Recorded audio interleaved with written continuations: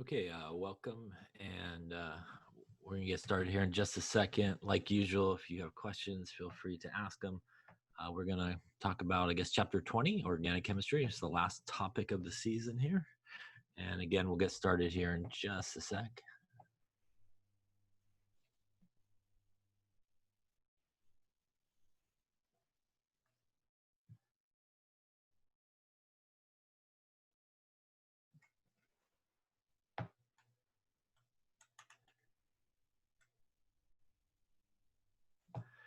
And again, the notes here should be up online where they normally are if you need them.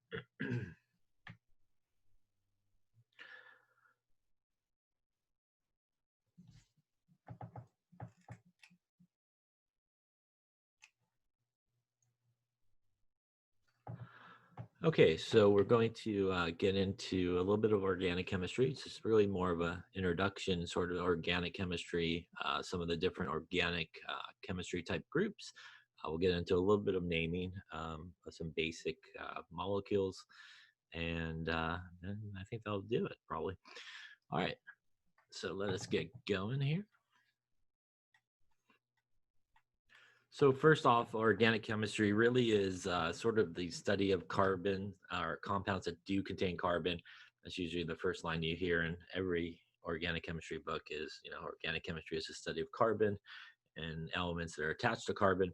The basis really of all organic sort of material or compounds is really that kind of carbon to carbon bond. So a lot of carbons attached to carbons, and attached to those carbons are hydrogens.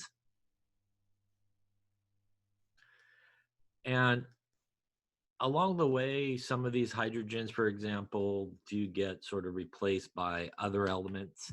And these other elements do make different sort of functional groups, if you will, and make different classes of organic compounds. We have organic chemicals in sort of every facet of life, like it says, from products that we use.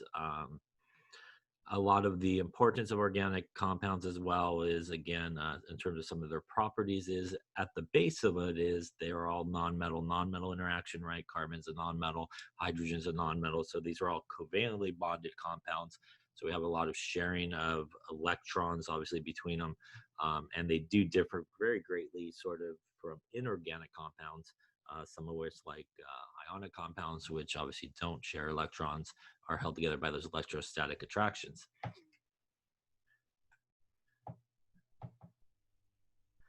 Now, organic compounds, they do exist in sort of discrete molecules, and they have, for example, compared to something that's ionic, a much weaker interaction.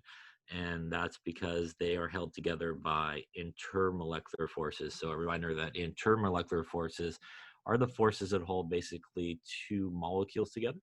So for example, in water, if you have two water molecules, they are held together by an intermolecular force here.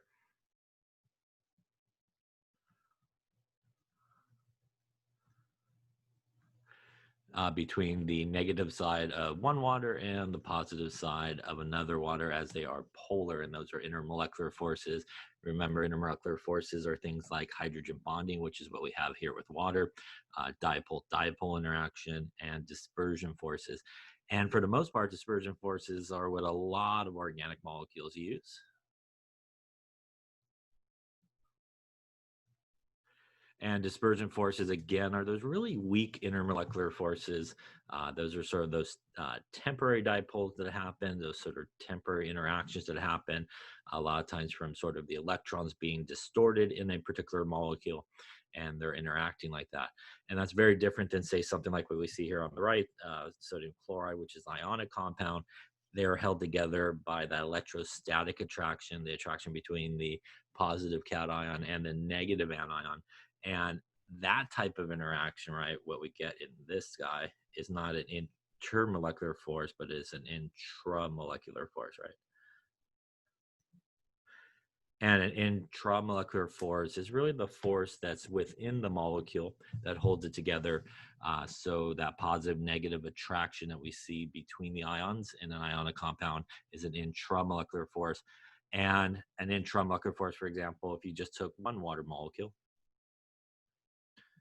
and the bond between the oxygen and the hydrogen on one side and the oxygen and the hydrogen on the other side, again, that would be an intramolecular force.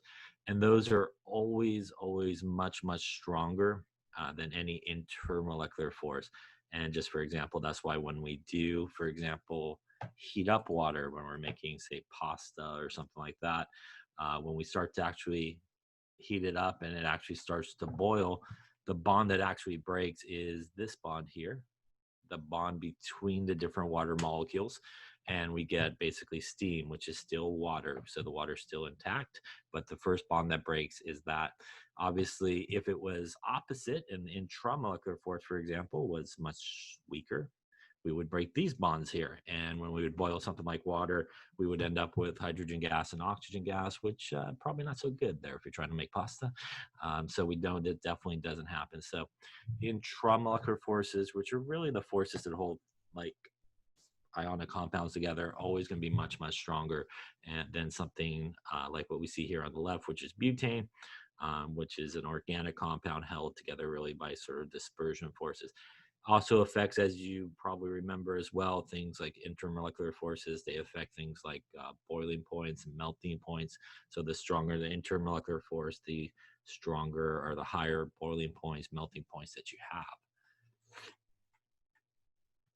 And again, since the basis of all organic molecules really is sort of the carbon hydrogen arrangement, and just to remind you as well, the carbon hydrogen bond is a non-polar bond.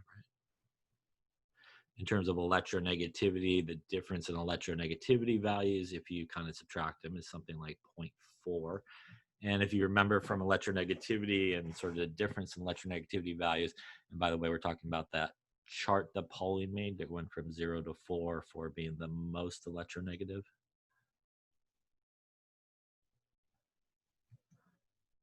and 0 being not so much. So, and again, something like hydrogen's 2.1, something like carbon's 2.5. So when you take the difference, you get this 0.4. And if you also remember a difference in electronegativity of 0 to like 0.4 is considered really a non-polar bond.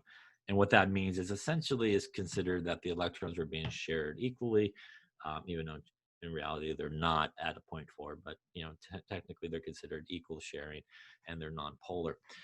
Which is also why what we see, and we'll talk about a little bit as well, is organic compounds are really usually not very soluble in something like water, which is polar, and you get that sort of like dissolves like idea. So a lot of organic compounds which are non-polar don't mix very well with water, which are polar, and vice versa. Though it will mix something, they will mix really well with organic sort of solvents. So if you take a organic guy and mix it with an organic guy, they will mix together. But the basis of all the organicness is carbon, and really carbon in terms of bonding. Carbon always wants really 4 bonds. So when we have carbon, carbon always really desires to make 4 bonds. And if you remember from Lewis sort of structures, usually you don't find carbon with non-bonding electrons. There's a few cases, where you do find it. But for the most part, carbon really likes to continue to make bonds until it basically has 4 bonds around it. That obviously would complete its octet, right, in its octet role, and making it very happy in terms of that. What we see on the bottom here is the simplest organic molecule you could have, pretty much 1 carbon, 4 hydrogens. That is methane.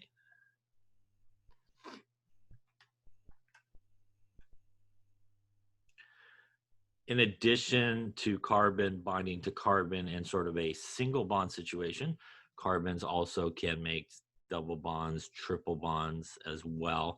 And one thing we learned in sort of organic chemistry is, there is a part of an organic molecule which basically allows you to classify it as a certain type of organic molecule.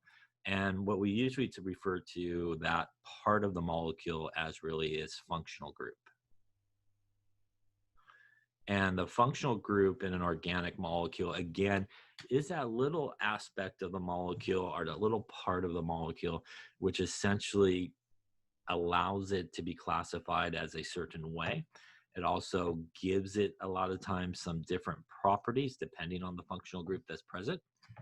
And here we see 2 carbons all the way across. And the only difference between these guys are the number of bonds that we have between the carbons. And first one here, we have just a single bond. And the functional group here is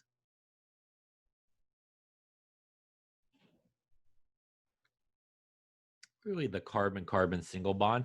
And that's for a group of organic guys, which are known as alkanes.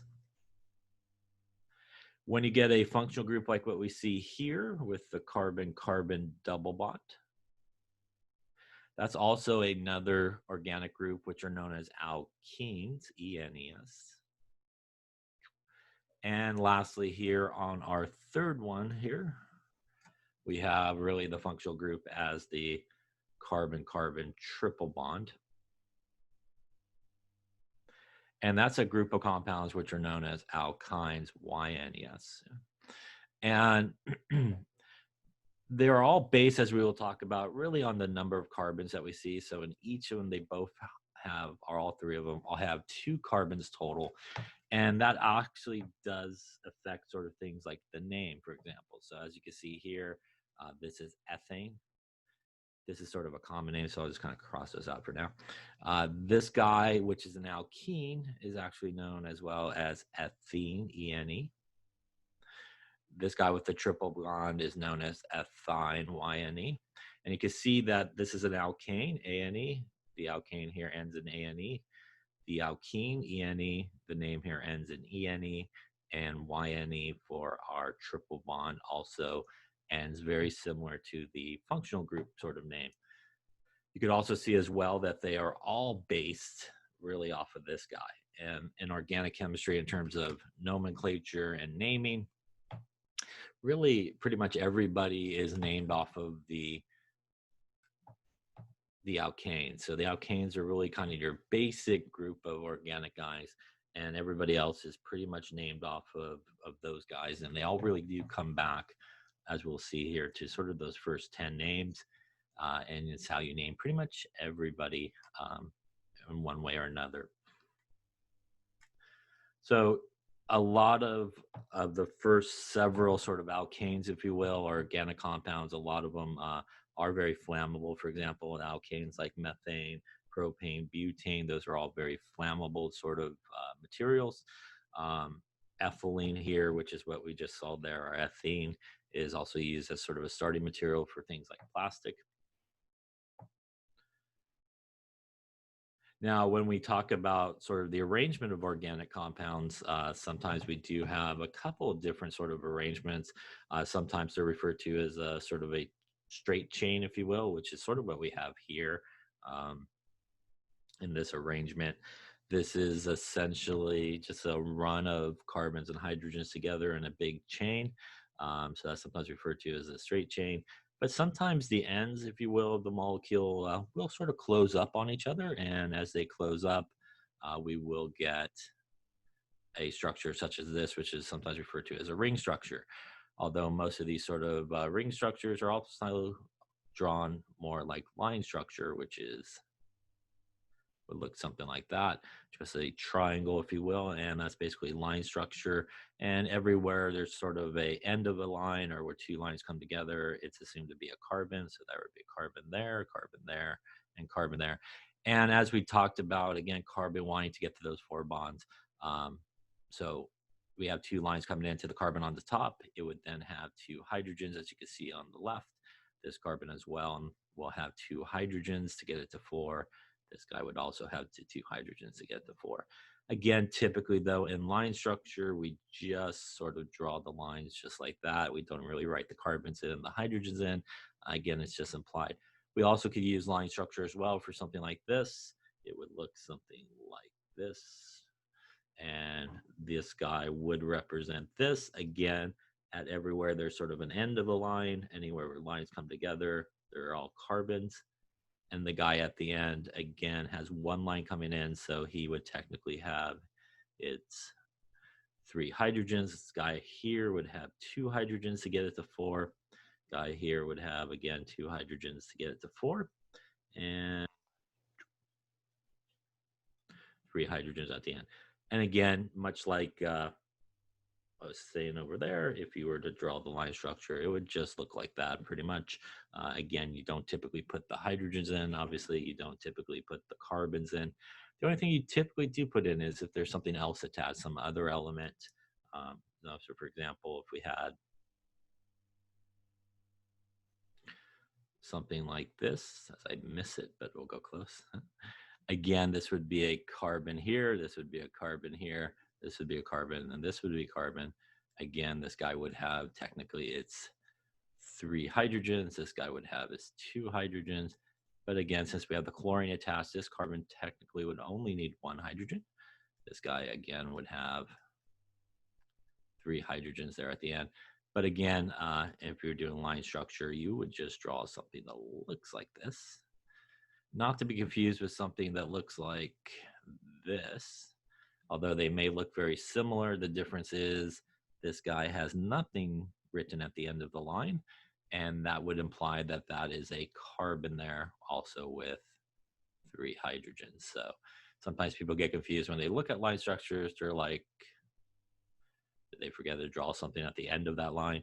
And if they don't have anything drawn at the end of the line, just like normal, it would essentially be a carbon and the appropriate amount of hydrogens there. Now, organic compounds, like I said, will contain other carbon elements besides carbon and hydrogen. And again, depending on sort of what you replace some of those hydrogens with, you'll get some different sort of functional groups that will occur. Common sort of elements that sort of jump in place of some of the hydrogens that you see in organic chemistry. Nitrogen, oxygen are very common sort of elements that basically get substituted out.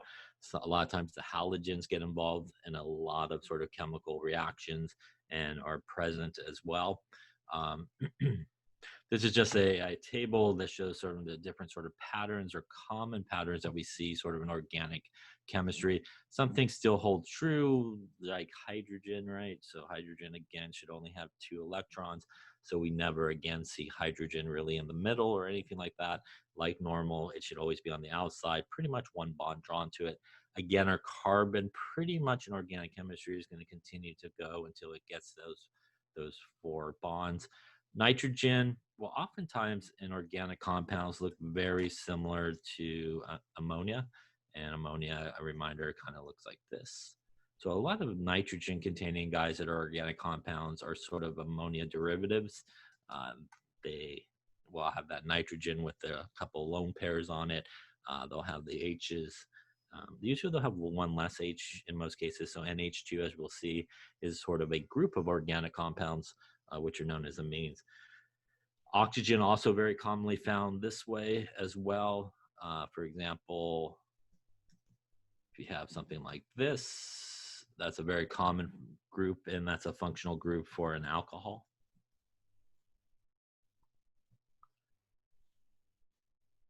That OH group, and again, it's the very same sort of bond that we see like in water, for example.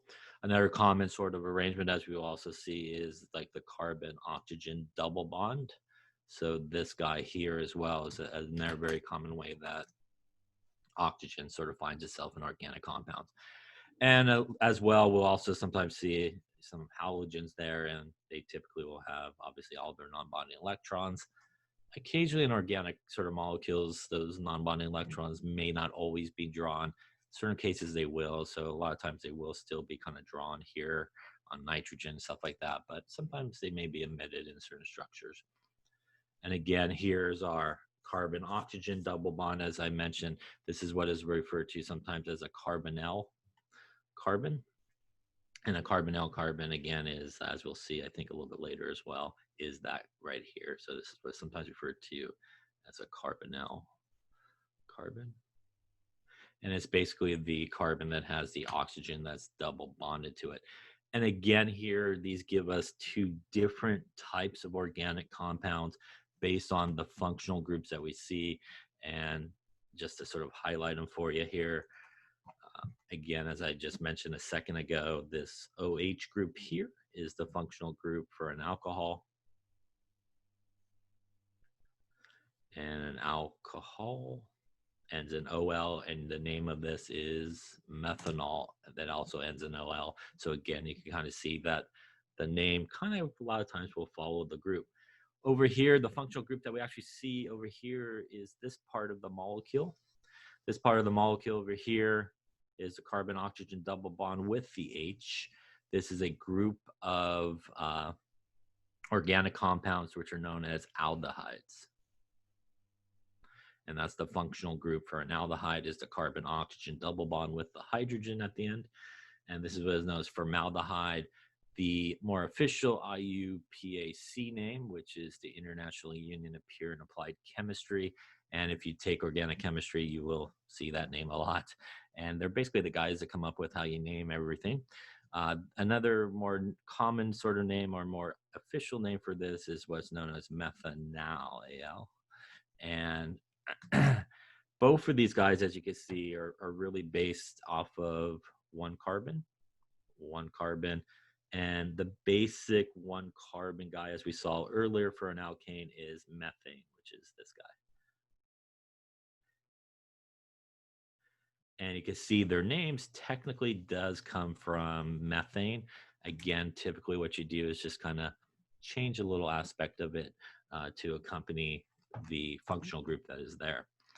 Obviously, as we sort of change functional groups or different functional groups are there, things will have different sort of properties that we will see. Now, when we talk about structures or formulas, when we draw structures for organic compounds, there's really sort of three different types of structures that you commonly see. And here are two of them. This here is what is sometimes referred to as the expanded structural formula.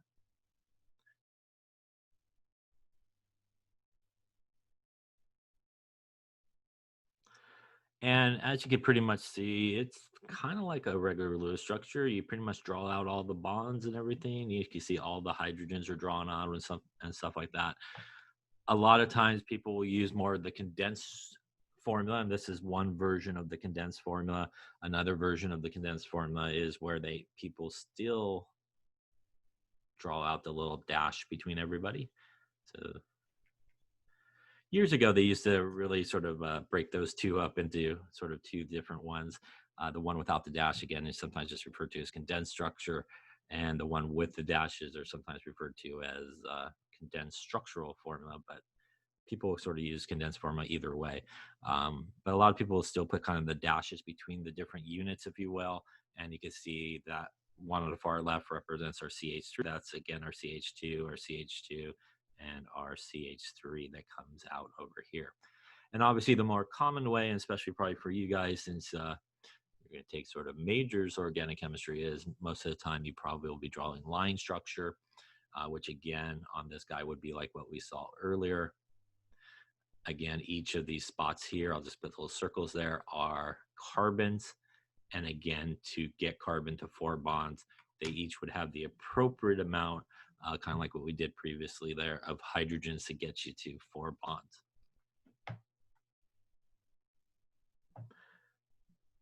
Now, sometimes when we talk about sort of structure, they have straight chains. And as I mentioned, a straight chain is kind of like what we just saw there, where all the carbons sort of line up in a row. Sometimes there are branch chains.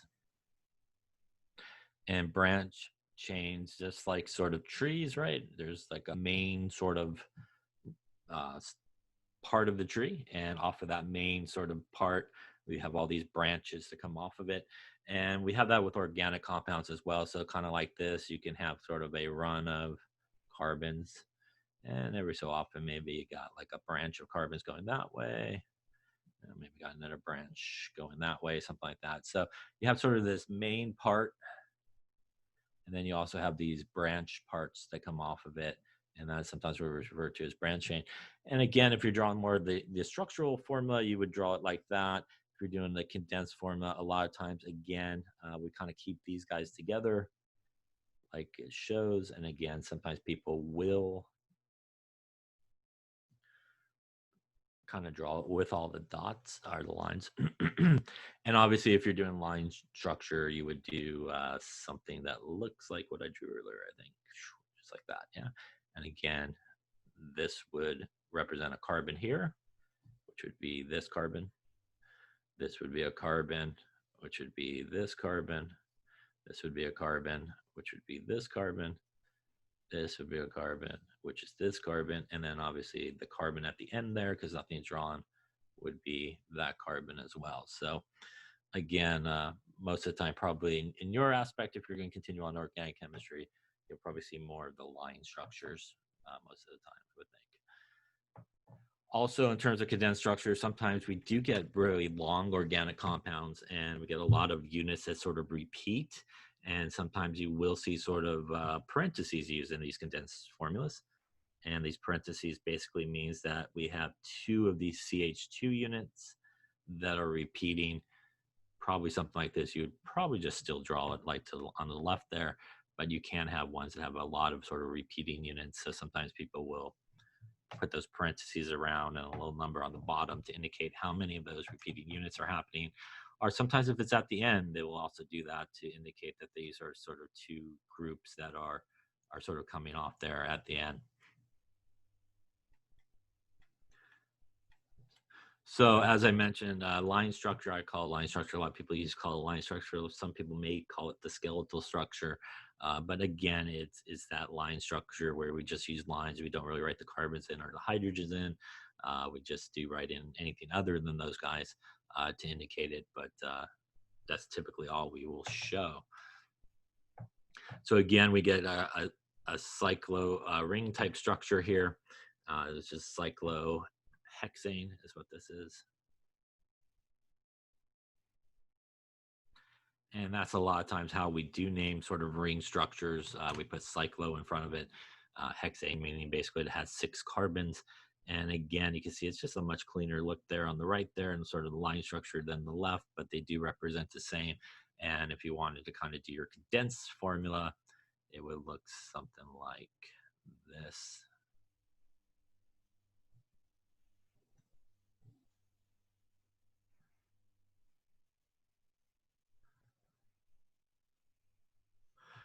So again, condensed on the right there, line structure in the middle, and sort of structural formula or expanded structural formula there on the left. Here's another one. This is cyclopentanol. A couple worries about the name here. Cyclo because it's a ring structure. Pentanol because it has 1, 2, 3, 4, 5 carbons. And OL because it's an alcohol, and we have our functional group right there because it's there. But again, most of the time you probably will draw it like what we see over here on the right-hand side. So I sort of alluded a little bit here as we've been going about functional groups. And again, functional groups are really sort of the important part of organic compounds. And depending on, again, that functional group that's present, it can make that compound a certain type of organic molecule. It also will have different properties depending on sort of what's there. So for example, if we look at just a basic alkane, which is our carbon-carbon single bonds,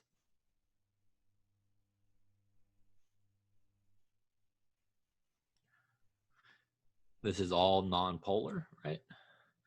Which means, again, in terms of those intermolecular forces, for example, it's going to be using those dispersion forces. And also because this is non-polar in terms of something like solubility in water, which is polar, right? It's going to probably be very non-soluble. I'll go with insoluble. We'll go with that word. It'll be very insoluble in water. As opposed to we just take this almost the same guy here, and if we swap out, again, that hydrogen, or a hydrogen at the end, for example,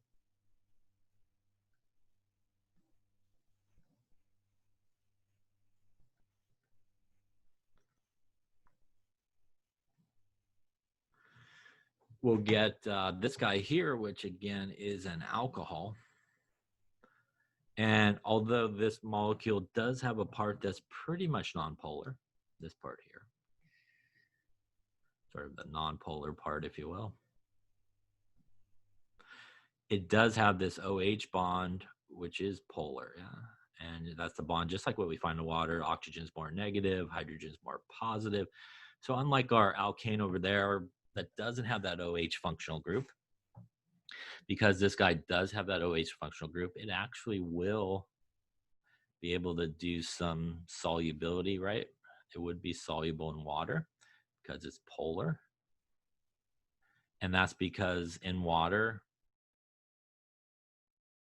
which has the negative side and the positive side, it can be attracted right to that part of the molecule and will make it relatively soluble in something like water because it's able to actually hydrogen bond. So unlike the guy on the left, which does not have the ability to hydrogen bond, the guy on the right can actually hydrogen bond. And because it's not so big, usually about 6 or less carbons, and you got that OH, you're good in terms of solubility. If you get a little bit more carbons than 6, the solubility decreases a lot, but it will be something soluble in water or something like that because it does have that ability to hydrogen bond. So although they're very similar, these two organic compounds, at the base of both of them, they both have 3 carbons. So this is propane over here, which is the name for something with 3 carbons. This also has 3 carbons. So it's also based off of propane, but this is actually known as propanol, OL, because it's an alcohol, and it's actually known as 1-propanol because the OH group is on carbon number 1. So although they share a lot of similarities, these two organic compounds, because of the difference in the functional group, the guy on the left having the carbon-carbon single bond as the functional group, guy on the right there having that OH as the functional group, they have very different properties, which also means in terms of things like boiling points, for example, the guy on the left, which is using dispersion forces, would have a much lower boiling point than, say, the guy on the right there, which can do some hydrogen bonding and would have a higher boiling point because of that. As you may remember, again, hydrogen bonding is a very strong intermolecular force and again results in usually fairly high boiling points. So when you go through all the different sort of organic compounds and you find things that have the ability to hydrogen bond, those are usually your organic guys that have the very high boiling points as you go through it. Now, when we talk about some functional groups here, there's a group of sort of organic compounds, which are sometimes referred to as hydrocarbons. And pretty much like the name implies, these are guys that pretty much contain those 2 elements, carbon and hydrogen. And pretty much kind of nothing else other than those 2 guys. And even with those guys that basically contain just carbon and hydrogen, we do have different functional groups. So some of these here we kind of mentioned earlier. Again, our alkanes are kind of our basic organic molecules, and the functional groups of carbon-carbon single bond. Again, they have a formula of CnHn, H2n plus 2. And that means that if you had 1 carbon, N would be 1, 1 times 2 is 2, plus 2 is 4, and that would get you methane. And again, that's your simplest organic guy you could have. If you had 2 carbons, 2 times 2 is 4, plus 2 would get you 6 hydrogens, and that is ethane. If you had 3 carbons, you would have 8 hydrogens, and that is propane. If you had 4 carbons, you would end up with 10 hydrogens, and that is butane. If you had 5 carbons, you would end up with 12 hydrogens, that is pentane. 6 carbons gets you 14 hydrogens, that is hexane. 7 carbons giving you 16, heptane. Might as well finish out the 10 there. 8 carbons giving you 18. That's going to get you octane. 9 carbons, which would get you the wrong thing. There you go. 9 carbons would get you 20 hydrogens, that's going to be nonane. And 10 carbons going to get you 22 hydrogens, going to be decane. These are all alkanes. These alkanes here are the first 10 alkanes, and they're super important because pretty much, as I mentioned before, everything else that you sort of learn in organic chemistry, that you name in organic chemistry, pretty much everybody comes back to these first 10 names. So they're really important to know in terms of names and formulas, again, because a lot of everything else is really based upon them. Now, alkenes, which is another organic group here, functional group is the carbon-carbon double bond, as we talked about previously. They have a general formula of CnH2n. So, for example, C2 would have 4 hydrogens, and this is ethene, as we saw earlier, based off of ethane over here. Again, difference in terms of what you see. If we draw ethane here, which is our alkane,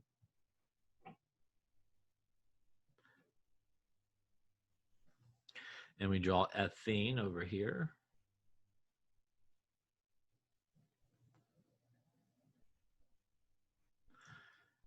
what you typically see is in organic chemistry, just in general, is because of that octet rule and because of, carbon, for example, can only have 8 bonds.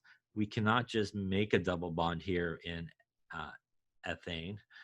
We do have to actually get rid of a couple of hydrogens to make room for that double bond. So it still is able to maintain 1, 2, 3, 4 bonds for that carbon. 1, 2, again, 3 and 4 bonds for the carbon on the right, all maintaining that octet rule. So as you go from here to here, you lose 2 hydrogens. And that's why when we look at this formula here, compared to our alkane formula, we lose those 2 hydrogens when we make that double bond. And the same thing occurs when we get to alkynes, which the functional group is a triple bond.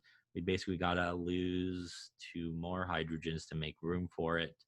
And we would get something that looks like this. And again, that is ethine, YNE. And they have a general formula of CnH2n minus 2.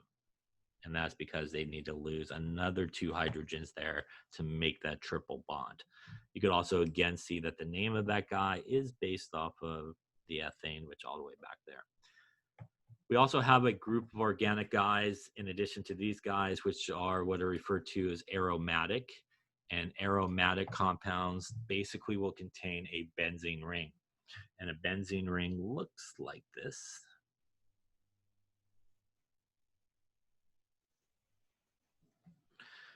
As you may know, you could draw the resonance structure for it, where our double bonds are kind of on the opposite side.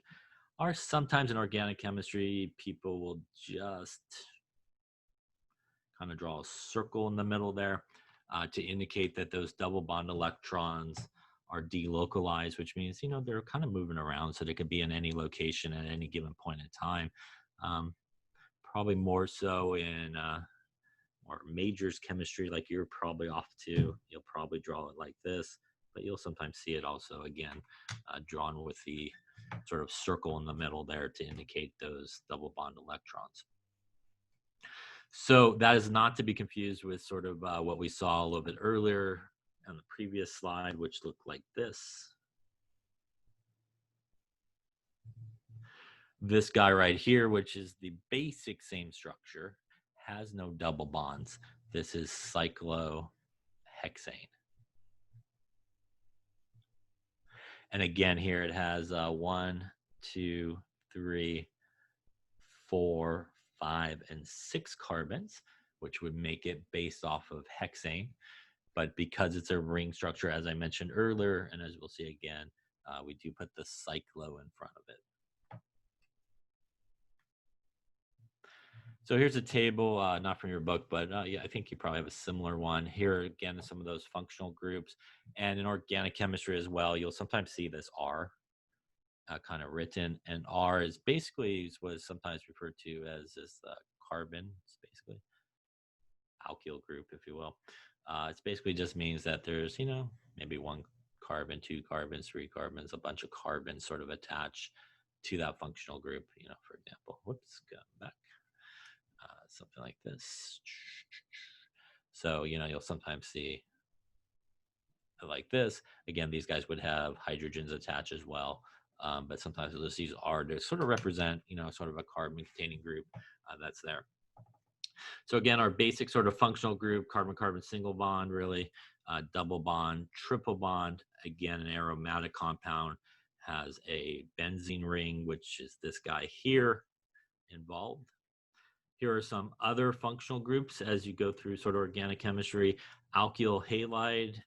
Alkyl means basically carbon. So again, that's what the R part is here. And this is basically a halogen, right? Group 7 on the periodic table. And that's why it's called a halide, because if you remember, right, an anion ends in IDE. So a halogen, which is basically like F minus, Br minus, becomes a halide. That's where that name comes from. So an alkyl halide is basically a carbon-containing group that has a halogen attached to it. There's our OH, which is our functional group there, again, for an alcohol. This is an ether, and the basics of an ether is really like a carbon, oxygen, carbon type of situation. An amine is our nitrogen-containing group. So again, it's like a carbon that has this sort of ammonia derivative on it. So again, those amines are, a lot of them are based off of NH3, ammonia. Thiols are sulfur-containing groups. So you have an SH, kind of similar in sort of properties sometimes as a OH group, but it's an SH group, which is that sulfur containing group. A lot of times we'll see that come up as well if you talk about sort of amino acids, for example, a couple of sulfurs like these guys, you get a couple of thiols together.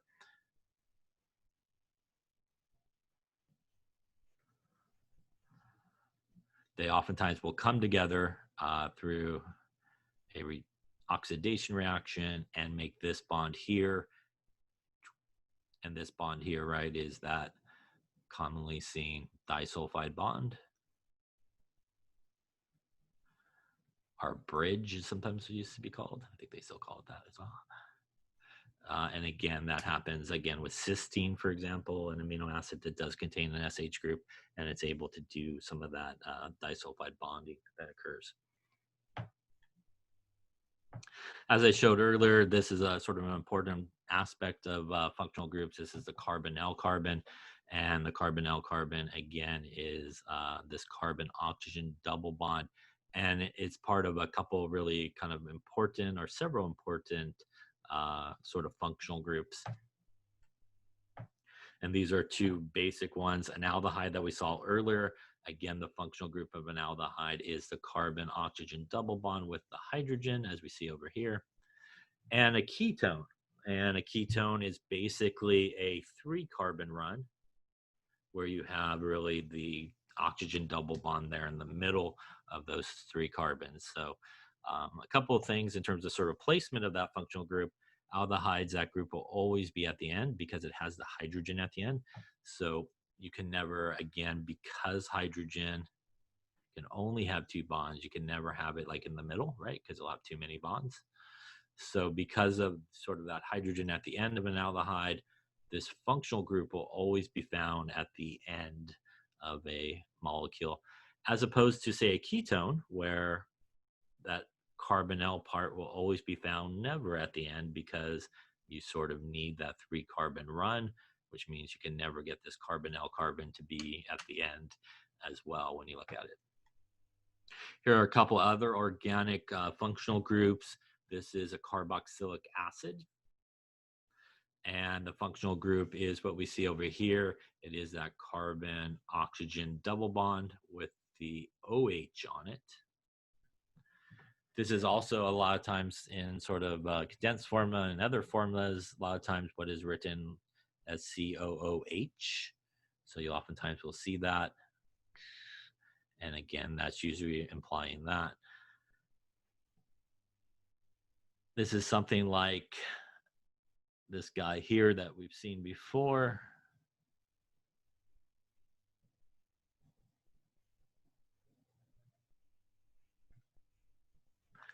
This is acetic acid, right? Vinegar. And again, we can see our functional group, right? That's our CH3COOH, which again is commonly the way acetic acid is sort of written. And again, you can see that here. This is also, just so you know, in terms of naming, if you look at this, that's 1 carbon, 2 carbons. That is based off of ethane. This is also known as ethanoic acid. Ethanoic because it has 2 carbon and it's based off of ethane. Oic because it's a carboxylic acid. And that's a IUPAC name of it, which is ethanoic acid. So you can see even things like this that have a more sort of complicated functional group, if you will, still goes back to those first 10 names. Also, you might also be seeing here some different names for the same compound, and that is also something that's very, very common in organic chemistry. You could have basically the same molecule with 3 different names. For example, here, acetic acid, ethanoic acid. Some people may just even call it vinegar because it's kind of the main component. We also see it in something like this as well.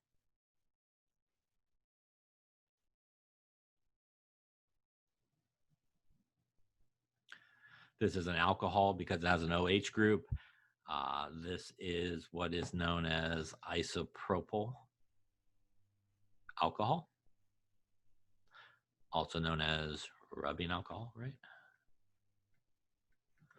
Also known officially as the IUPAC name as 2-propanol. All of them refer to the same thing. And again, sometimes, especially in organic chemistry, a lot of times there's sort of historical names, common names that, they've been around for such a long time that people still use them, sometimes even more than sort of the official name of it when you name it. And again, you can also see what we've been talking about. If we look at this guy here, that is 1 carbon, 2 carbons, 3 carbons, which is based off of propane. And because it's an alcohol, that is how we get the propanol. And if you're curious what the 2 means, the 2 is where we find the OH group. So that is carbon 1, that is carbon 2, and that is carbon 3, which means the OH group is at carbon number 2. So again, you can see both of these guys up here actually are very soluble in water, right? They have high boiling points. But because of the functional groups, for example, this is one of the few things in organic chemistry, a carboxylic acid, that actually can beat an alcohol in terms of boiling point. A carboxylic acid technically will have usually a higher boiling point than an alcohol. And that's because an alcohol here can hydrogen bond, right?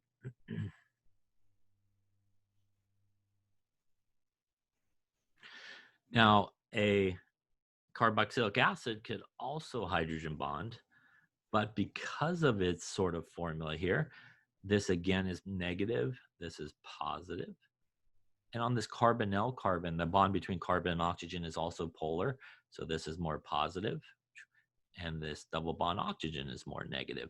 So what happens when you get a couple of these sort of carboxylic acids together, like what you would have if you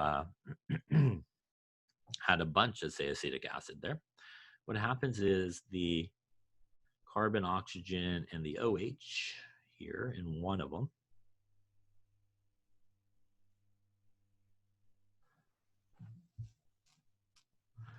will sort of line up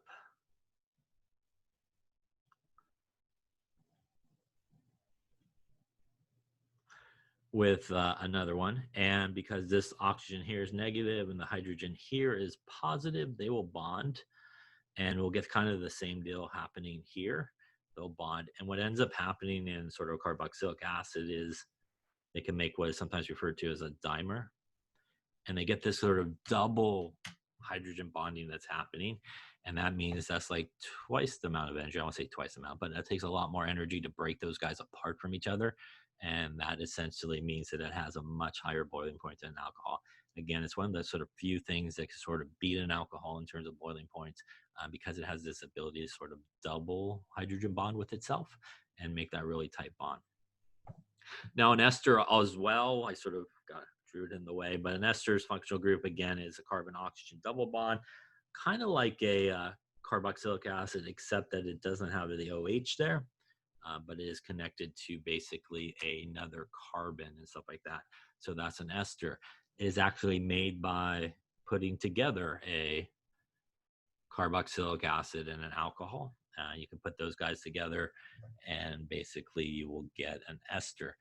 It does, because of that lack of H here, ends up not being so strong in terms of boiling point, because it doesn't have that ability there to hydrogen bond at that point like the carboxylic acid. But essentially how you get one of those is you do take a carboxylic acid and you add an alcohol to it.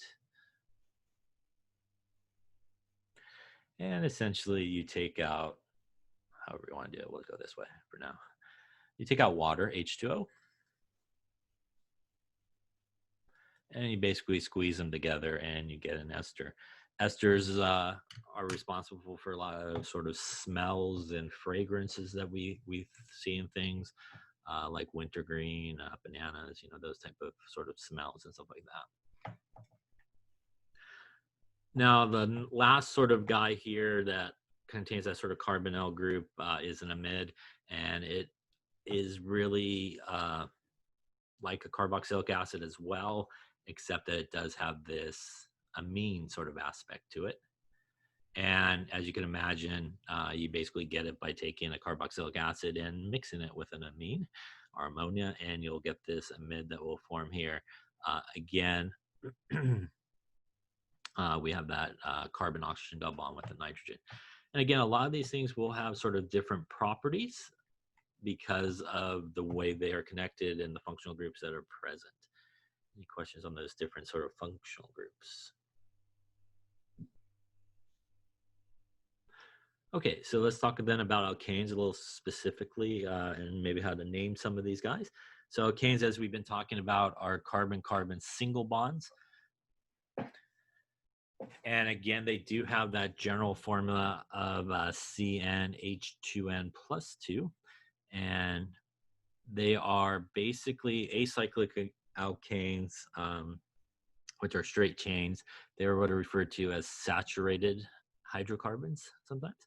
And saturated hydrocarbons basically means that you got the maximum amount of hydrogens that are present. Yeah. So, if you had something like this,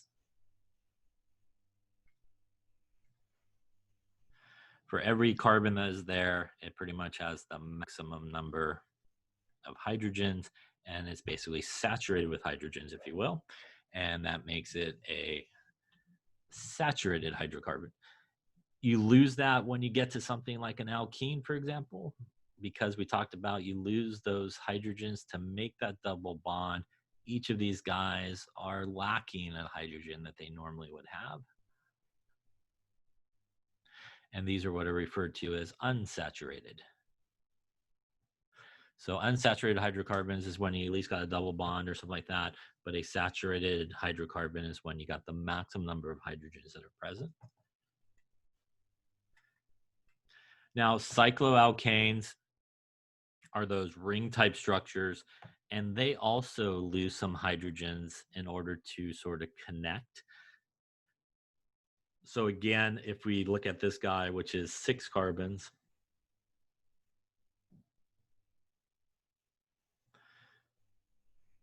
again, those 6 carbons would have 6 times 2, which is 12 plus 2, which would get you 14 hydrogens right now that I'm drawing. There we go. So when this guy closes up sort of in the ring structure, if you will, basically both ends, you could kind of think about it sort of come together. And if we just straight out took this carbon here and just attached it to that carbon there to kind of form it into a ring structure, we're going to run into a problem again in terms of like the octet rule, we're going to have, again, 1, 2, 3, 4, and now 5 bonds to that carbon. Same thing over here, 1, 2, 3, 4, and 5 bonds to this carbon. Again, going to be too much. So when we get into the ring structure, just like kind of when we make that extra bond, we do have to sacrifice a couple of hydrogens. And again, we get this guy here, which would be basically C6H12. And again, each of these are carbons here. Each of them has 2 lines coming in, which means each of them will have 2 hydrogens attached. So I'll just draw the ones here. But all the way around, they have the 2 hydrogens attached, which gives you your 2, 4, 6, 8, 10, and 12 hydrogens. Again, this being cyclohexane, works the same way based off of hexane, like I mentioned before. But when we name these guys, we kind of simply just put the cyclo in front of the name. Here, as we talked about earlier, our first 5 alkanes. Again, important to know those alkanes as they are the basis of a lot of naming that you do in organic chemistry. So here's our methane. And in terms of geometry, if we think about the carbon here, that is 4 electron pairs. That is 4 bonds. And that is, as you hopefully should know, a geometry of tetrahedral. And that is why we have the 109.5 excuse me, bond angle. That is also why when we draw these guys, a lot of times, especially in the line structure form here, we get that zigzag shape because each of these guys have that tetrahedral geometry. And again, it gives it that kind of up and down mountain look, if you will. By the way, this is 1 carbon, 2 carbons, 3 carbons, 4 carbons, 5 carbons, 6 carbons, and 7 carbons. That is heptane, right? And it gets a zigzag shape. They all, because they're single bonded, will have that tetrahedral geometry.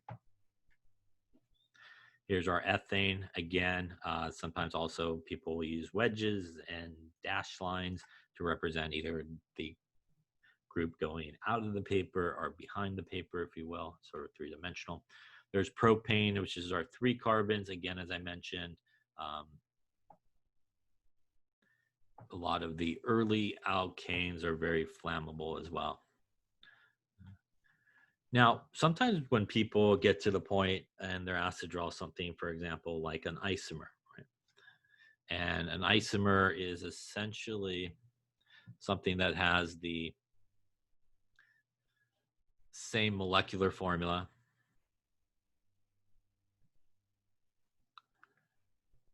but different connection, if you will, in a lot of places.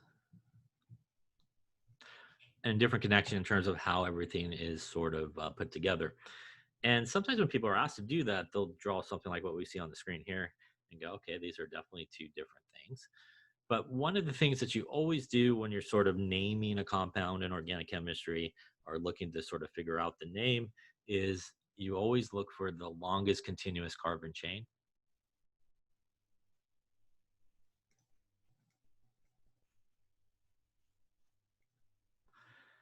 So for example, when we look for the largest continuous carbon chain, it doesn't always have to be the straightest. It could go straight, could go up, could go to the right, could go straight, could go down, go to the left, whatever way. The only thing is when you're counting the longest continuous carbon chain, the one thing that you can't do is you can't go backwards. So you got to go one way until you sort of hit a dead end. So here, if we go one way, 1, 2, 3, that is 3 carbons, nothing else attached. That is propane, which looks like this. Now, here you may say this looks different, but if we do the same approach, 1, 2, and we come down, that is 3. So again, it just happens it's drawn like this to make it look different, but it is still the same, and this is still propane. So technically speaking, these 2 guys here are not isomers of each other because they are basically the same thing, and it's just drawn differently. And again, an isomer is the same molecular formula, but a different connectivity. And the way you could really sort of distinguish if you sort of hit an isomer or not is if you end up with really 2 different names. So if you look at something, you end up with 2 different names, then they are isomers of each other if they have the same molecular formula, same number of carbons, hydrogens, and so forth. But if you do something like what we just did here on the screen, and you end up with the same name for both, they're the same compound, it's just drawn differently.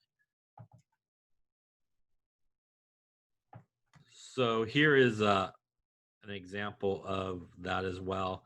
If we look at something like what we got here, and again, if we just kind of draw the line structure, that is the same as this guy right here. That is, if we go 1, 2, 3, 4 carbons in a row, which is butane. Now, if we draw what is on the bottom there, over here, looks something like this. If we did a little line structure of it, it looks like that. And this would be the same. But if we count the longest carbon chain here, we have 1, 2, 3 if we go that way. We have, I'll just go like this, 1, 2, and 3 if we go upwards. So no matter which way we go, we basically have 3 carbons attached. So we basically have those 3 carbons attached.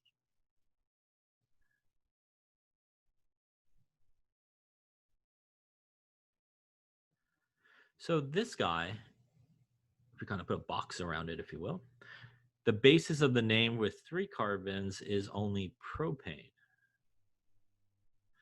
And you could also see that that is the longest continuous carbon chain. And we do have something attached there that is not part of the longest continuous carbon chain. And that is this guy right here. This is what is sometimes referred to as an alkyl group, or just a group. And it too is based off of the first 10 alkanes. It has 1 carbon, and this is what is known as a methyl group. And again, you can see 1 carbon based off of methane, YL because it's an alkyl group. And what makes it different than methane, just so we're clear, is it really does have to do with the connectivity. If we take something like methane, for example,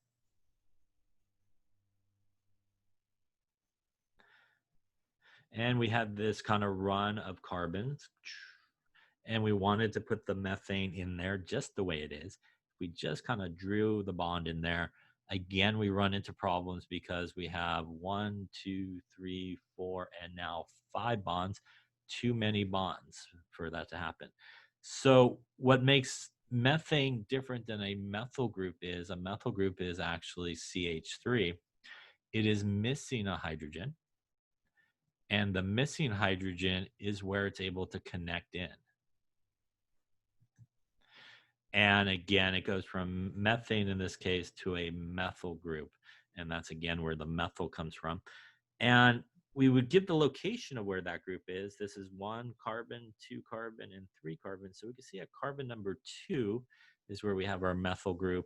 And that's why this name is also more IUPAC way right here, called our 2-methyl propane. So this guy here, which is 2-methyl propane, and this guy here, which is butane, they are isomers of each other. They are 2 different compounds that contain the same numbers of elements. If we count up here, we have 4 carbons and 10 hydrogens. If we count up here, that is still 4 carbons. There's 3 at the end. 3 at the end is 6. 3 at the other end is 9, and 1 more in the middle, there is 10 hydrogens. So these 2 guys, again, are isomers of each other, because one easy way to determine that is we actually ended with 2 different names. Any questions on that? And I sort of jumped the gun, but here again is the isomers. Again, they are really 2 different compounds that share the same molecular formula. Constitutional isomers are different ways that atoms can be connected. So here are 2 constitutional isomers. They actually are 2 different sort of functional groups or organic groups. This, as we've seen before, is an alcohol. And if we count up everything, we have 2 carbons, 6 hydrogens, and an oxygen. This is our carbon, oxygen, carbon run here. And this is an ether. And if we count up everything, we got 2 carbons, 6 hydrogens, and an oxygen as well. These are 2 different compounds, 2 different names. This is ethanol, as you can see on the bottom there, an alcohol. This is dimethyl ether, which is the common name for it. The IUPAC name is something like methoxy methane. Methoxy because this is a methyl group, methane because this is methane basically based off of it. But sometimes with ethers, people sometimes use those common names a lot. So this is dimethyl ether.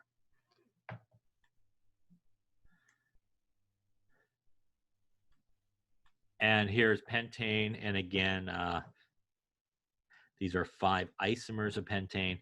Here's pentane just straight out 5 in a row, which gives us pentane.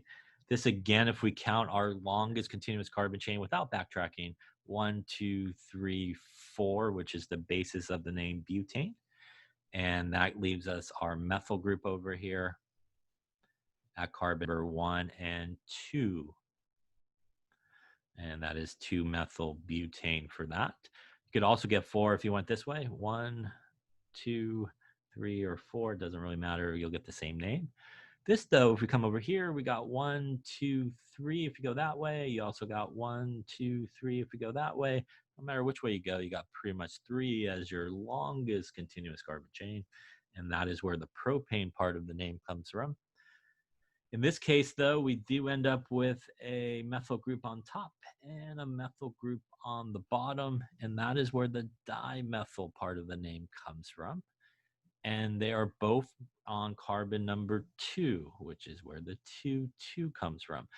Really, naming is all about location, location, location, and telling people where you could find things. And when we name things, a couple of different things that we do see here that does pop up is when we go between a number and a letter, we use a dash, which is what we got here, right? Number to letter, we use the dash in the name. When we have 2 numbers, we separate them by a comma, which is what we see here. And in this particular case, a couple things about the dimethyl and the 2 numbers. Even if groups are the same group on the same carbon, you do have to give the number for each of them. So as you can see here, we use 2 twice to indicate that there's 2 different groups, or 2 groups on carbon number 2. The dimethyl does not necessarily mean that those groups are always going to be on the same carbon. The dimethyl just means that in the entire molecule, there's 2 of the same groups. So there's 2 methyl groups. They could be on the same carbon. They could be on different carbons. You would still call it dimethyl. If you have 3 of them, for example, in a molecule, you would call it trimethyl. And again, they don't have to be on the same carbon. That's just how many there are in a particular molecule. So here's the rest of those 10 that we sort of jumped into. So let's talk a little bit about officially how to sort of go about naming these guys using the IUPAC way of naming, which is usually in most cases what you're going to name or how to name it. And really, it does all start with those, the longest continuous carbon chain. And again, as I mentioned, basic rule is you can't go backwards, can't go back over things. You got to go one way and stop. And that's your sort of longest carbon chain. For the most part, those will then correspond to the first 10 alkanes. And you would use that as the base of your name. Once you sort of identify that longest carbon chain, as we've seen in a couple of these examples, you will have some groups that are not part of the longest carbon chain. And those groups are usually those alkyl groups. And again, they will be also based off of those first 10 alkanes, but they will have the YL ending to the name, like methyl group. They also will obviously have one less hydrogen there to allow it a place to basically attach. So usually when you go to name, you want to find the longest continuous carbon chain. You're going to use that to find the base of your name at the end. You then will find all the groups that are attached. So you want to make sure that you find all the different groups. And then really the last thing that you want to do is you do have to give the location of those groups. And that involves numbering the longest continuous carbon chain. We always want to number it in the case of alkanes in whichever way, and that's usually either like left to right numbering or right to left numbering, whichever way will give the groups the smaller number. And that's usually sort of in alkanes, the priority is the group in terms of numbering and giving those guys the smaller names. We also will name those groups in or put those groups in alphabetical order, regardless of any type of prefix when we do name them. So a lot of carbon-containing groups are, again, those alkyl groups. And again, they have one less hydrogen that allows them to basically bind in. We put the YL at the end of it. So here's a couple of examples. Again, methane becomes a methyl group. Ethane here becomes a ethyl group, YL at the end of it. Again, missing that hydrogen, which is going to allow it a place to basically bind in. Here's a table of some of those groups that are attached, and these are all really based off of those 10 alkanes. You can see butane is a butyl group, pentane becomes a pentyl group, hexyl becomes from a hexane. Again, each of them missing a hydrogen that allows them to connect. There are special sort of groups that have some special names, and this table shows some of those. This is a very common group here, which is an isopropyl group. This is isobutyl because there's 4. This is sec-butyl and T-butyl. So let's talk a little bit about maybe what is the difference, for example, between an isopropyl group and say just a propyl group, right? And it has to do with the carbon and the hydrogen that's lost, if you will. So for example, if we take propane,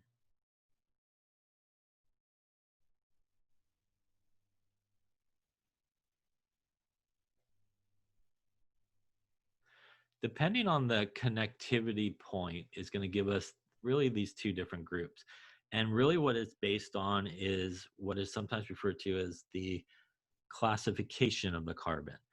So what that means is, in general, if we have a carbon that is directly attached to, I'll just circle this carbon is directly attached to one other carbon. This is what is sometimes referred to as a primary carbon, which is what the little 1 with the 0 sort of means. If you have a carbon that is connected to 2 other carbons, this is what is known as a secondary carbon. And if you have a carbon that is attached to 3 carbons directly to it, this is what is known as a tertiary carbon. So you could classify carbons just like you could classify alcohols as primary, secondary, tertiary. You could classify amines as well as primary, secondary, tertiary. So one approach to figuring that out is the carbon that you're looking at, how many carbons are directly attached to it. If it's 1, it'll be primary. If it's 2, it'll be secondary. If it's 3, it'll be tertiary. Another approach that sometimes people do is how many hydrogens are attached to it, and it's kind of the opposite approach. So if you have a primary carbon, it would probably have 3 hydrogens. If you had a secondary, it would have 2. And if you had a tertiary, it'd have 1 hydrogen. So those are sort of common 2 approaches. I find carbon to carbon is a good way to kind of remember it since you're thinking about the carbons. So if we take off the hydrogen here in propane, the carbon that we took the hydrogen from, when we look at it, is attached to directly 1 other carbon. So this carbon right here is the primary carbon.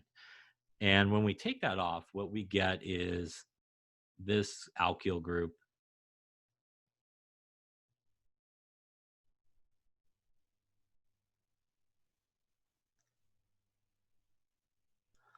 here, and sometimes called a normal propyl group. So it becomes a propyl group, where the connection to the chain would happen at the primary carbon. And that would be different than if we took the hydrogen off of here, because this carbon here is a secondary carbon, right? And when we take the hydrogen off of that one, what we end up with is this guy here.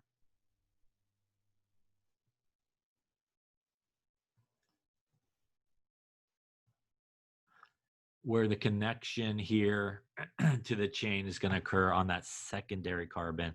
And that's our CH3CH3, which is your typical isopropyl group. And that one has a special name, which is isopropyl. It's kind of a historical name. It's used a lot. And it's really because it's connecting through the secondary carbon, basically, as opposed to a normal propyl group. Some people sometimes call this N-propyl, like normal. And that's connecting through the outside group. Sec-butyl here, sec, as you might imagine, means secondary, right?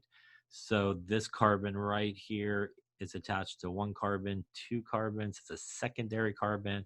Overall, it has 4 carbons, which is why it's called sec-butyl. T-butyl, you might imagine, also means tertiary, because the connection to the chain is going to occur at this carbon, which is attached to 1, 2, and 3 carbons, which is a tertiary carbon, and the connection with there. Also, they call it T-butyl because it kind of makes like a T, right? If you kind of look at it that way. So these are some special sort of groups. You can see a lot of these guys will kind of go by the common name in organic chemistry. These are the more official names of those groups, and most people won't use those sort of official names, if you will. Most people will still use these sort of historical names. Isopropyl, even for IUPAC, is used. It's a recognized sort of name, if you will, even though it's sort of a common name, but it's been around for so long that people still use it as sort of the name. All right, so let's get into actually naming some of these and just sort of putting all this stuff together here. So if we look at this guy, again, we want to look always first for the longest continuous carbon chain. And again, just to show you the equivalent here.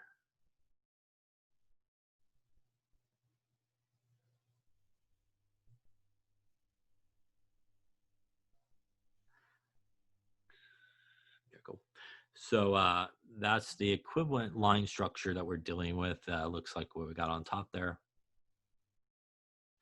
And again, if we count the longest continuous carbon chain, we got 1, 2, 3, 4, 5, and 6.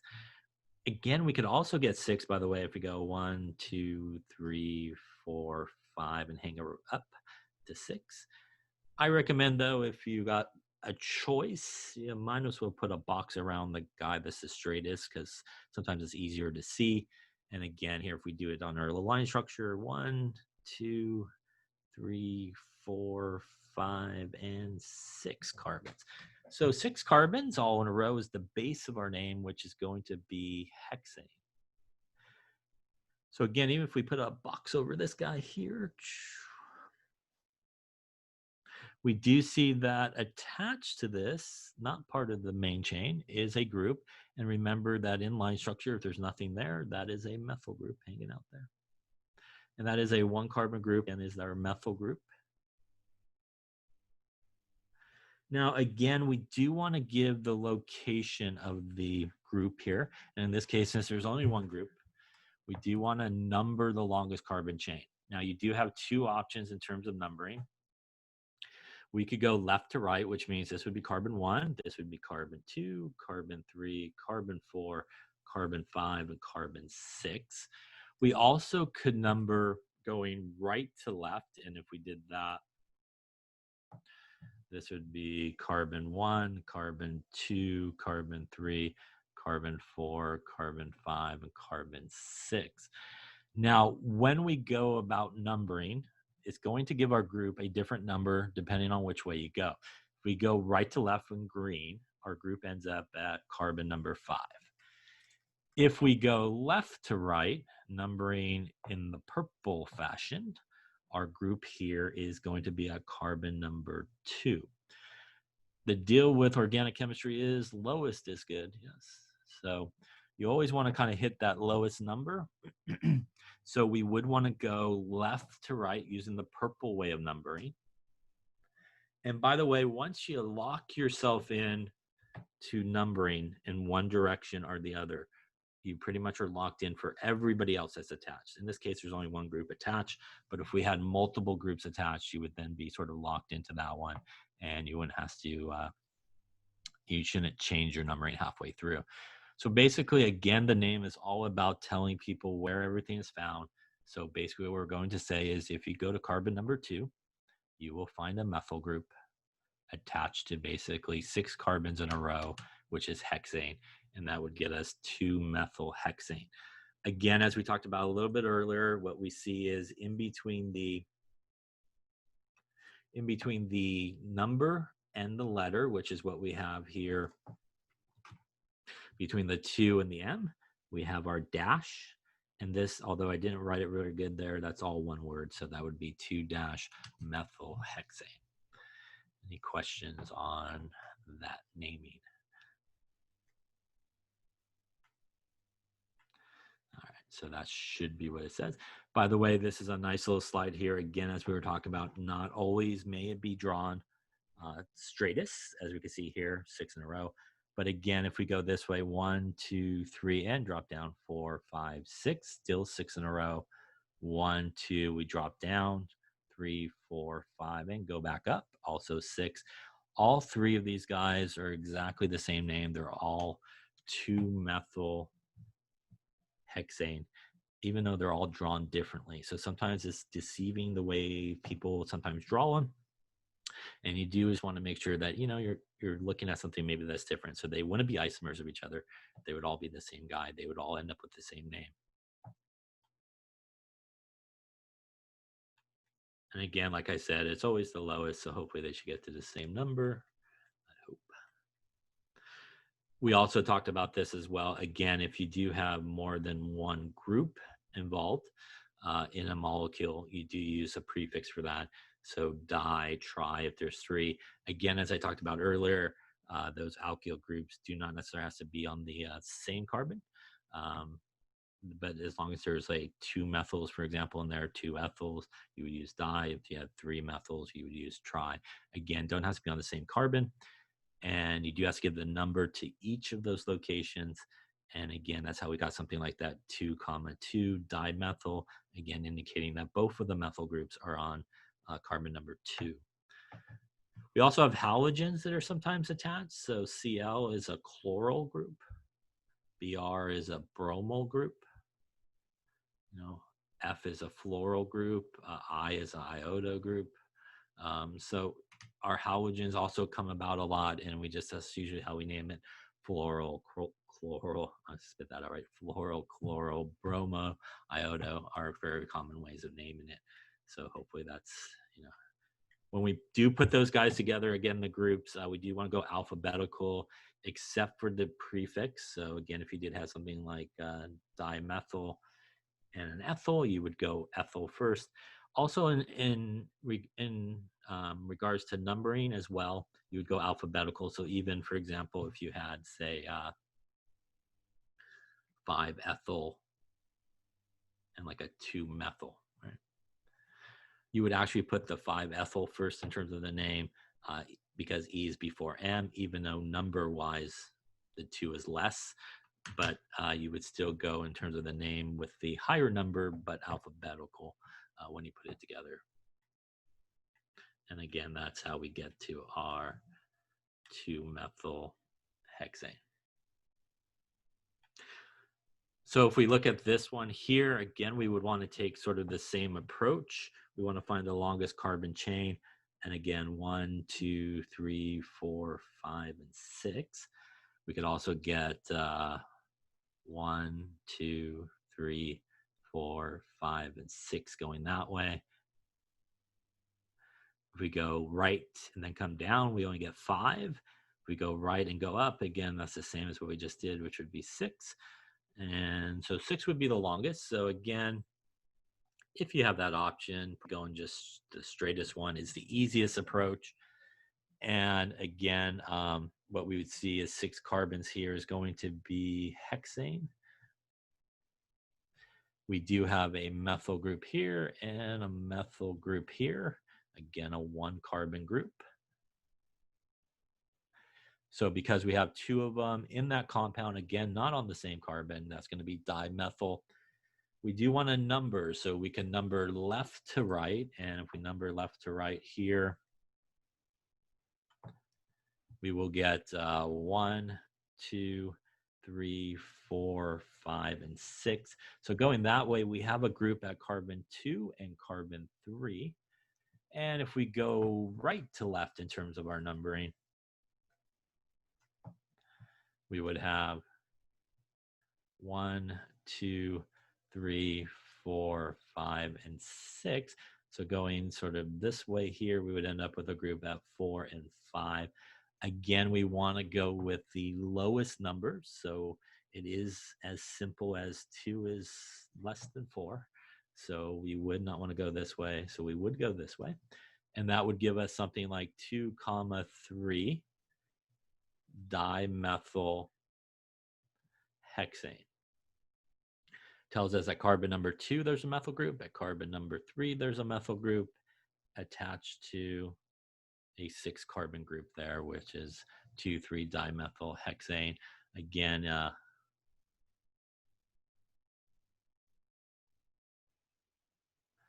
if you sort of drew this in line structure, it would look like this. So again, this is this here. Again, 1, 2, 3, 4, 5, and 6, which is hexane. And that would be our longest group. And again, these guys with nothing at the end of those things are our methyl groups, right? Which is our 2 methyls. Question on that name there. Okay, so let's have a little bit more to go. So I think I'll open up the lab and just kind of finish up the rest of the stuff that we're going to talk about. And let's talk about what's happening. So today is officially the last lecture, right, and day. So first off, congratulations on almost finishing, right? Chem 51. You still got the finals next week, but did good so far. So, I enjoyed having everybody in the class and in person, and I do wish you luck on our finals and all the other finals that you're taking. So let's just talk about all that good stuff. We have a lab final on Tuesday of next week, and that is scheduled just like it is on the syllabus. So that is going to be 10:30 a.m., I believe, on Tuesday the 9th, and that should be our lab final. Our lab final will be probably not the hardest of the two, I imagine, but it will probably cover obviously the labs that we did both virtually and in person, and you want to think about the calculations and those type of stuff. Might be a simulation or something that you might have to do. I haven't fully decided yet. I'll be honest with you. I haven't read any yet. That's probably what Monday's for, I suppose. But that's coming up on Tuesday. And then our sort of, we'll say our real final, our lecture final will be the Thursday, a week from today. And that technically is at 7:30 in the morning when that will start. And that obviously will cover all of the chapters that we covered. And I'm going to make it up through what we're talking about here. So basic nomenclature with alkanes. So in terms of the organic part, you need to know the functional groups, what they are. You need to know the alkanes, the first 10 alkanes, and you need to know how to maybe do some basic naming and drawing here of these guys. So that's what will be consist of this from this chapter. And like I said, we'll do the lab lecture here in about 20 minutes, and we'll finish up the rest of it. But in terms of material wise, up through naming alkanes, kind of what we're doing right now, is what you'll need to know for this chapter. Everything else will be sort of fair game. So you just want to think back of, the big topics that we talked about. So obviously things like titrations, buffers, equilibrium, right? So those are big topics. So they probably will appear again. So that is coming up next week. Any questions on that?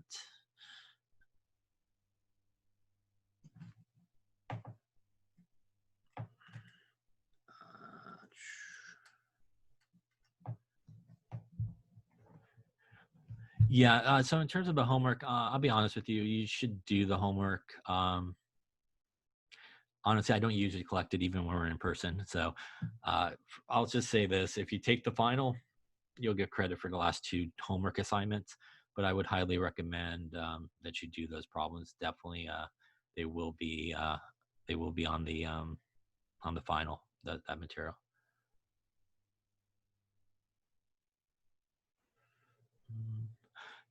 I don't know if it's possible to know that, to do that, because there's a lot of different versions and stuff like that. But if you do have questions on anything like that, you're welcome to email me, and I can maybe help you through that if you like.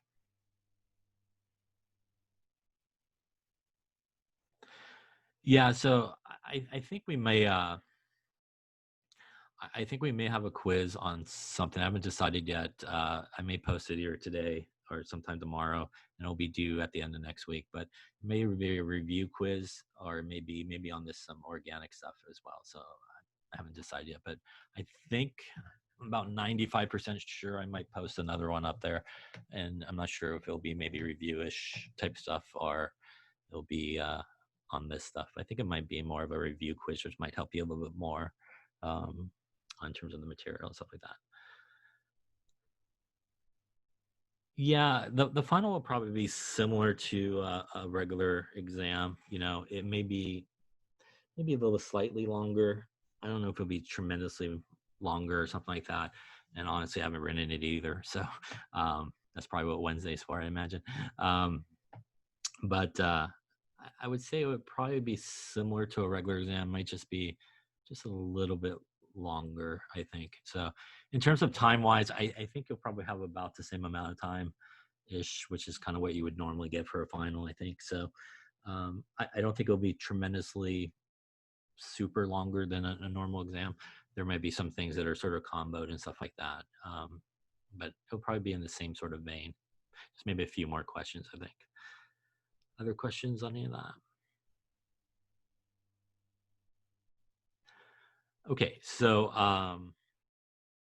let's see. So officially, we won't be doing the organic lab, I think, and that's why I'm debating whether maybe the quiz I'm going to give you might be organic. So we'll kind of maybe cover both of those things or not. But officially, we're not going to do the organic lab.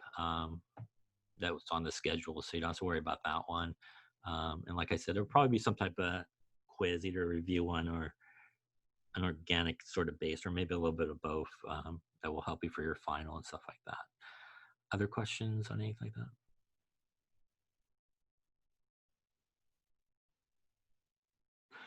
Okay, so like I said, this will hopefully be good sort of introduction for organic if you're off to take organic and all that good stuff. So there's a few more things that I think we'll talk about, especially we'll do a few more examples of this nomenclature for alkanes in lab. And we'll just have a small little lab lecture on just the rest of this sort of stuff here. And again, in terms of material, in case you're watching this later or something like that, up until about here and a few examples that we'll do at the beginning of the lab, just the basic nomenclature of alkanes is what you'll be responsible for. We're going to talk about alkenes, I think, as well, but you'll just be responsible for the alkanes. All right, any other questions on any of that stuff? All right, so we'll take like maybe a 20-minute break since we ran a little long here, and about 11:40 we'll come and do the lab lecture. And again, like I said, we'll just maybe wrap up the rest of this sort of material and hopefully give you a good little foundation there going off to organic if you're off that way and all that good stuff.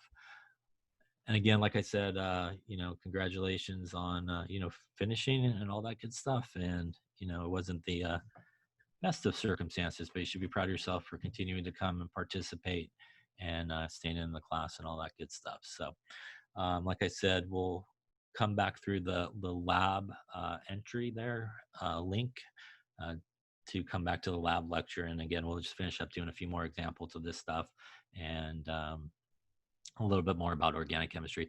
We'll kind of also take care of, I think, of the organic lab we were supposed to do today as well. Okay, so we'll stop this one for now, and then I'll see everybody in about 20 minutes in the lab lecture.